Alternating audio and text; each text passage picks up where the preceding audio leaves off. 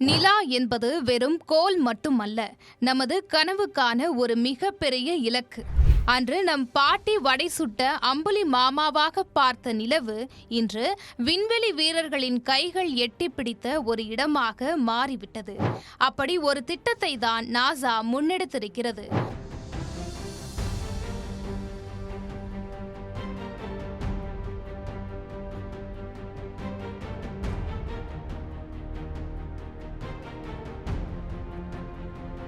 50 ஆண்டுகள் கழித்து மனிதர்களை நிலவுக்கு அனுப்பும் இந்த மிஷன் பெயர் ஆர்டெமிஸ் 2.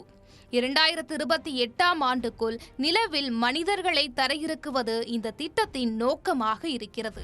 இந்த பயணத்திற்கு பைலட்டாக விக்டர் குளோவர் என்பவரும், மிஷன் ஸ்பெஷலிஸ்டுகளாக கிறிஸ்டினா கோச், ஜெர்மி ஹான்சன் என இருவரும், கமாண்டராக ரீட் வைஸ்மேன் என்பவரும் பல கட்ட சோதனைகளுக்கு பிறகு தேர்ந்தெடுக்கப்பட்டனர்.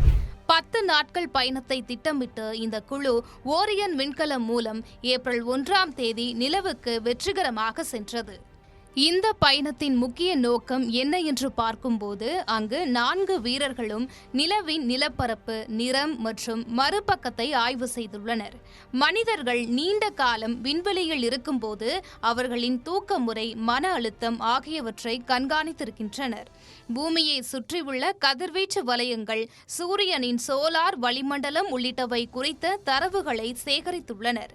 சுருக்கமாக, நிலவில் மனிதர்களின் நீண்டகால இருப்பை உறுதி செய்வதற்கான அறிவியல் மற்றும் தொழில்நுட்ப திறன்களை ஆய்வு செய்திருக்கின்றனர்.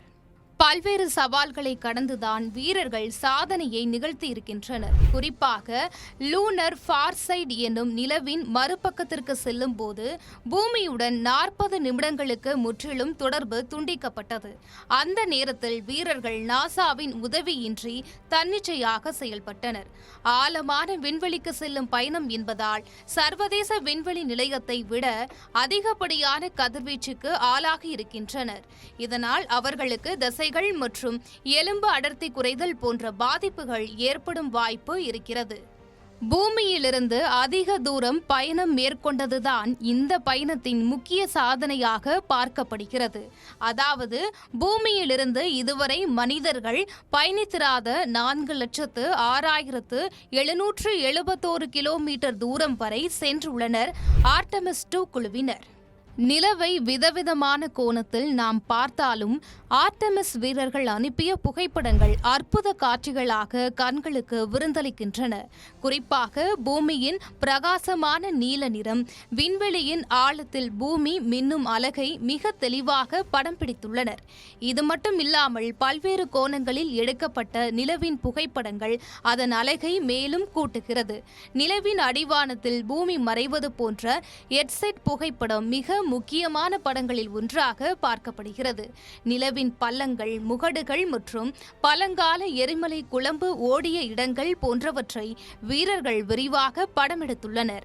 50 ஆண்டுகளுக்கு பிறகு நிலவுக்கு சென்று மனிதர்கள் நேரடியாக எடுத்த புகைப்படங்கள் என்பதால் உலக அளவில் பெரும் வரவேற்பை பெற்றுள்ளது. இந்த 10 நாட்கள் பயணத்தை முடித்துக்கொண்டு வீரர்கள் வெற்றிகரமாக பூமிக்கு திரும்பியிருக்கின்றனர். நிலவை சுற்றி வந்த பிறகு ஓரியன் விண்கலம் வளிமண்டலத்திற்குள் நுழைந்து ஏப்ரல் 11ஆம் தேதி காலை 5:30 மணிக்கு பசிபிக் கடலில் பாராசூட் உதவியுடன் இறங்கியது. அங்கு முன்னரே காத்திருந்த நாசா குழுவும் பாதுகாப்பு படையும் அவர்களை விண்கலத்திலிருந்து மீட்டு கப்பலில் அழைத்து சென்றனர். 10 நாட்கள் பயணத்திற்கு புவிக்காற்றை சுவாசித்த வீரர்கள் புவியீர்ப்பு விசையை உணர்ந்தனர். இதோடு இல்லாமல் 2027இல் ஆர்டெமிஸ் 3, 2028 ஆரம்பத்தில் ஆர்டெமிஸ் 4 என அடுத்தடுத்த பயணங்களை திட்டமிட்டுள்ளது நாசா. இந்த பயணங்கள் மூலம் நிலவில் நிரந்தர நிலவு தளத்தை உருவாக்குகிறது. இந்த அனைத்து பயணங்களும் வெற்றியடைந்த பின்னர் 2028ஆம் ஆண்டிற்குள் நிலவில் மனிதர்கள் வசிக்கும் குடியிருப்புகள் உருவாக்கப்படும். அங்கிருந்த செவ்வாய் கிரகத்தில் மனிதர்களை குடியேற்ற நாசா திட்டமிட்டுள்ளது. நாசாவின் முயற்சிக்கு தீனி போடும் விதமாக இந்த ஆர்டெமிஸ் 2 பயணம் வரலாற்று வெற்றியாக அமைந்திருக்கிறது. நிலா இனி நமக்கு கை கெட்டும் தூரம் வரைதான். வானம் வசப்படும்.